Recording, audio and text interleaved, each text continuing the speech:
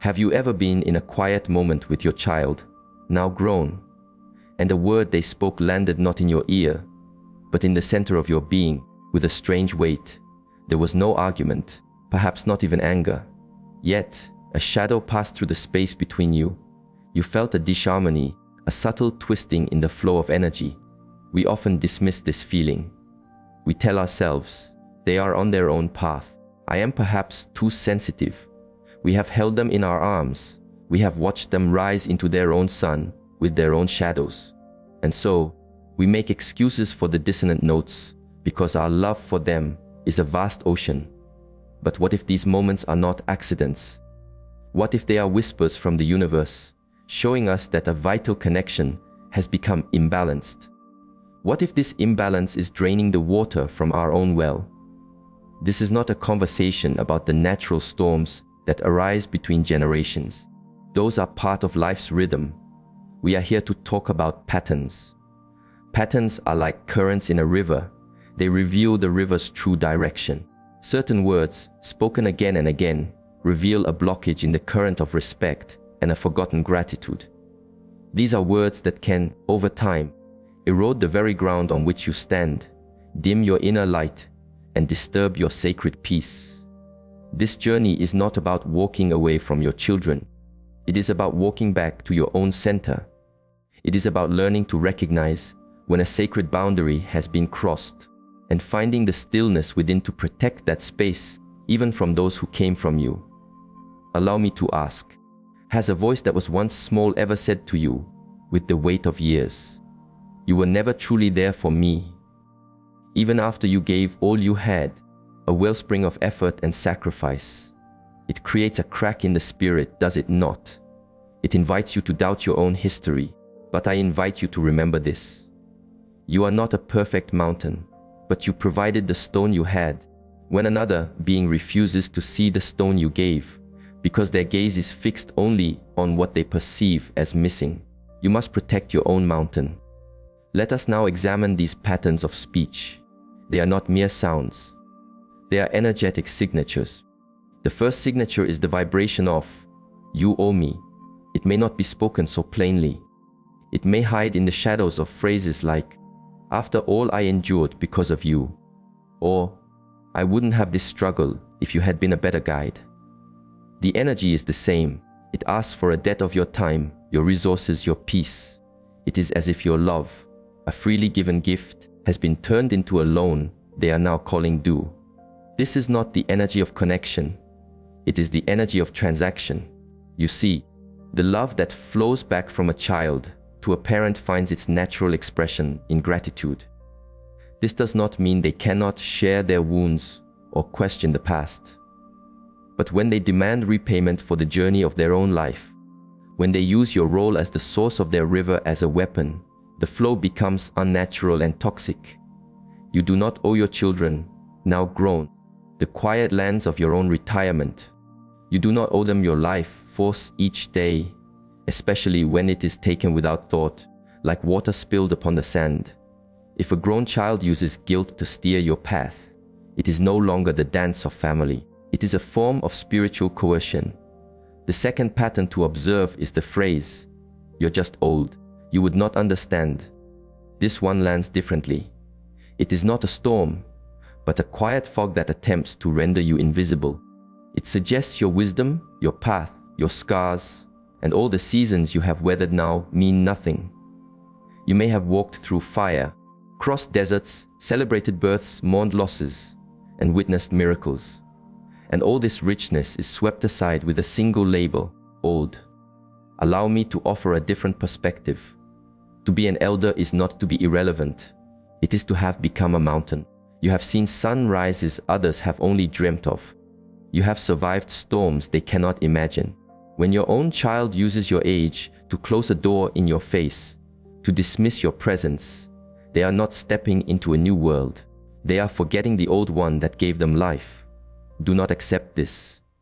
Your voice has earned its timber. Your guidance flows from a deep well of experience.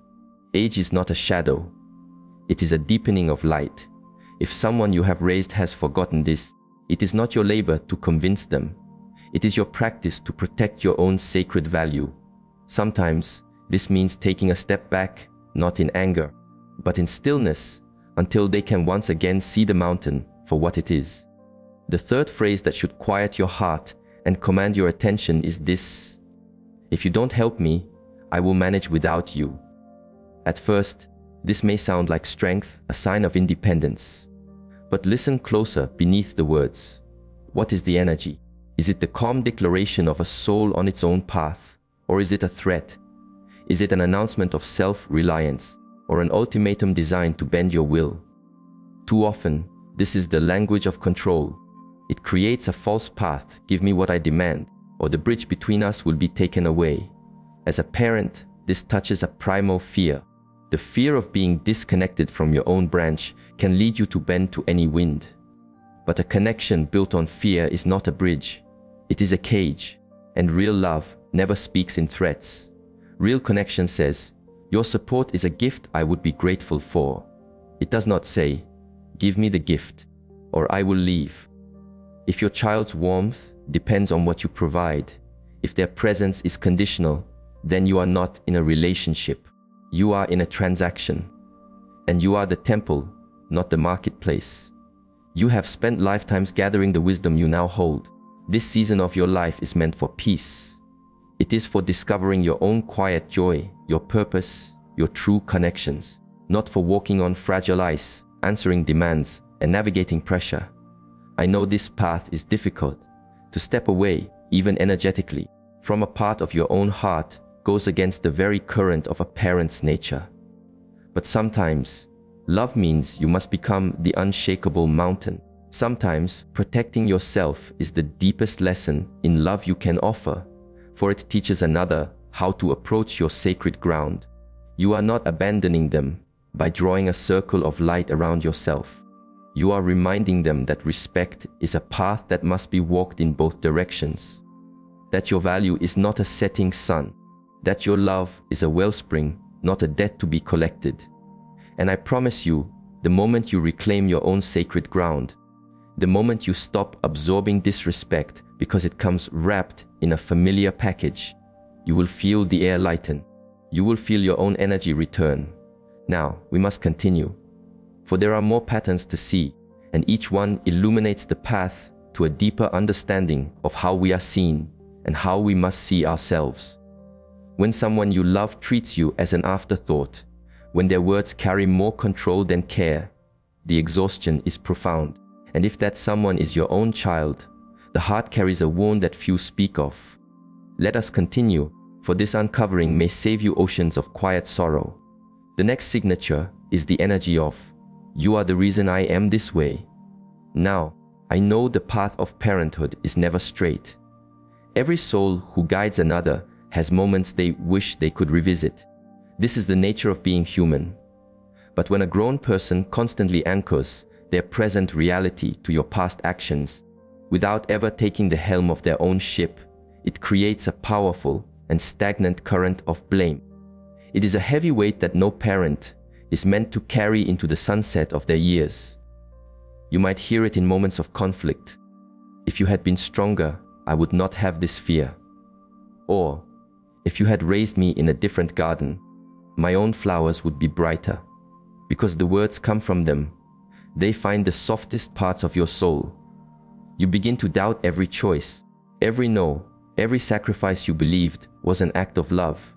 But here is the truth that must be known. Guiding a child does not mean you are eternally responsible for the weather in their sky. They have their own will. They are grown beings who have made choices. And those choices belong to them. Blaming you may offer them a temporary harbor from their own storm, but it keeps them from learning to navigate. It keeps them tethered, and it keeps you chained to a story of guilt. You did not raise a perfect soul, just as you were not a perfect guide. But if your guidance came from love, if you showed up when the path was dark, then your work is done. The rest is their journey.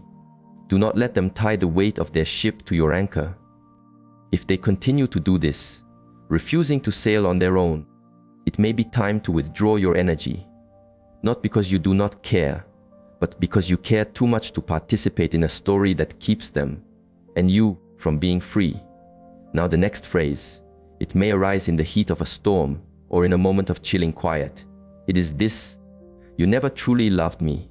If you have ever felt the impact of these words, I invite you to take a breath with me now.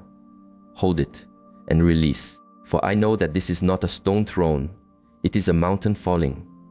This single sentence attempts to erase a universe of loving action. Every meal, every hug, every sleepless night spent watching the door, all turned to dust. Let us be clear. This phrase is not just a wound. It is an act of violence to the spirit. Love is not always a gentle stream. Sometimes it is the fierce love that allows a fall, knowing the lesson is necessary. Maybe your love was not made of soft words, but of strong hands that provided. Love is not measured in grand declarations. It is measured in the steady light of presence, in the courage to make hard choices. For another to erase that history is not unfair.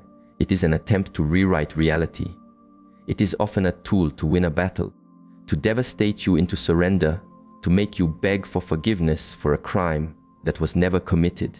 You cannot spend your golden years defending the sun from someone who has chosen to live in shadow. If they are willing to turn your own heart against you, this is not a child seeking to heal. It is a soul seeking to control. And sometimes, the most profound act of love is to let them go on their path. While you stand firmly on your own, you do not need to prove the sun is warm to someone who refuses to open their eyes. Real love, in its core, can see, even through the clouds. If your child held real love for you, they would not seek to tear your heart from your chest with words. They would not wish to be the source of your pain. Which leads to another phrase, one that reveals so much. You're just being dramatic. This one can feel like a smaller stone, perhaps tossed with a laugh. But do not be mistaken. It is an act of spiritual dismissal. It is a way to quiet your inner truth, to invalidate your feelings, to suggest that your internal weather is an overreaction. And how many times have you been told to be quieter, to be tougher, not to make a disturbance? Especially as an elder, have you not noticed that your voice sometimes seems to have less weight? That others interrupt, they speak over you, they nod without truly hearing. So, when your own child brushes off your heart's true expression with a casual, "You're just being dramatic," it reinforces a painful illusion that your feelings are no longer valid, that your perspective is out of season, that your voice no longer has a place in the great choir. But I am here to tell you that your voice matters more than ever. You have lived, you have learned, you have endured. Your perspective is not drama, it is wisdom etched into your very being. And when someone, especially one you have raised, tries to make you feel small for speaking your truth, it is more than disrespect. It is an act of silencing. You do not have to accept this. You deserve to be heard. You deserve to speak without fear. And if those closest to you cannot provide that sacred space, you are entirely within your rights to create that space for yourself, to step back and say with a quiet heart, "No, I will not be dismissed." This season of your life is not for pleasing those who do not see your light.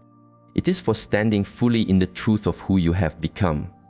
It is about reclaiming a peace and a dignity that is your birthright.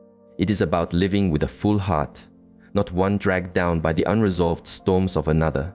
So, as we walk through these examples, I invite you to see that these are not just words. They are patterns, patterns of disharmony, of control, of forgetting. And the moment you begin to recognize them for what they are, you begin to call your own power back to you. This is not about turning your back on family. It is about turning your face toward your own soul, toward the respect and the clarity you have earned. You are not too old to create a sacred circle. You are not too old to begin anew. You are not too old to say, "Enough." And if any part of your spirit aches, if you remember a word or a look that made you feel small, know this: you are not alone on this path. Many elders carry this quiet pain, but today you have given it a name, and soon we will speak of the final phrases that reveal the deepest truths about where you stand and how to walk forward in your own power. Let us continue. For the next pattern we must observe may seem innocent, but its current runs deep and can slowly wear away the shores of your self-worth. It is this: I didn't ask for your opinion. Of course, every soul has the right to choose its own path, to follow its own counsel. Your grown children are free to make their own choices, even those you feel are unwise. That is the nature of freedom. You know this. You have made peace with this. But when the words are returned to you with a sharp edge, I didn't ask, or the even colder, nobody needs your opinion. It cuts deeper than a simple disagreement. What is truly being said is that your wisdom is no longer welcome, that your voice is a burden, that the decades you have spent gathering experience, learning the hard lessons of this world, count for nothing now that the season has changed. It is a difficult truth to face, especially when your only intention was to offer a map born from love, not from a place of control, but from a place of care. And when that gift is refused with contempt, it creates a distance that does not just separate, but isolates. If your child continuously quiets you, or makes you feel that your place in their life is conditional on your silence, that is not the flow of mutual respect. It is the structure of control, and no parent, no elder, deserves to be relegated to the silent edges of their own family. You are allowed to have a voice. You are allowed to speak your truth. Even if they choose a different path, a respectful soul can hear your words without disdain and honor for your place in their journey. If they cannot offer this, you must ask yourself, am I pouring my energy into a riverbed that has run dry? Now, we arrive at the last and perhaps most painful pattern, and I wish to speak on it with great care. It is the moment your child says, "You are the one who needs help, not me." There is a context where this can come from love. Perhaps you are struggling and their heart is moved with genuine concern. That is one energy. But too often, this phrase is used not as a balm, but as a sword, a deflection, a way to avoid their own reflection in the mirror by turning that mirror back upon you. Imagine you are trying to address a wound, the way they speak to you, the energy they bring into your space. And instead of listening, they reply, "You are the one with the problem. You need help. You are overreacting. This is not care. This is a practice known as gaslighting, and it is a subtle poison to the soul." The moment you begin to doubt your own reality, your own feelings, your own memory, you become untethered. You become easier to steer. You start to shrink, to apologize for wounds you did not inflict. And that is precisely the architecture of emotional control. So allow me to remind you of a profound truth. To need support is human, but to be told you need help as a means to silence you, to shame you, to shift the weight of responsibility, that is not support, it is an attack. And when it is delivered by your own child, it is all the more powerful, for they know the secret pathways to the heart of your vulnerabilities. If a conversation leaves you feeling as though you are losing your grip on what is real, that you are always the source of the storm, you have every right to step back into the quiet of your own truth. You are not required to keep your heart open to someone who uses your love as a weapon against you. Now, if you are still here, if you are still listening, I want to tell you something you may not have heard in a very long time.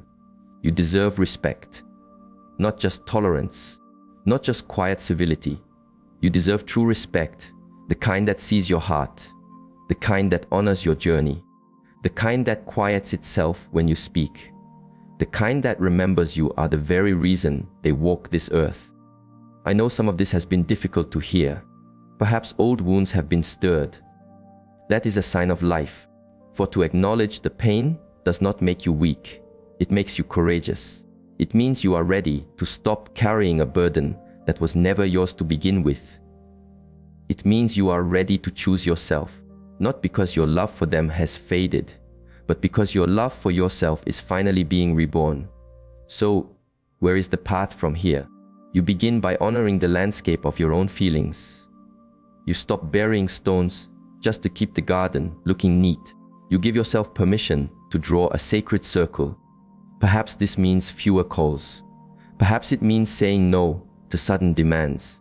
Perhaps it is one final, calm conversation that begins.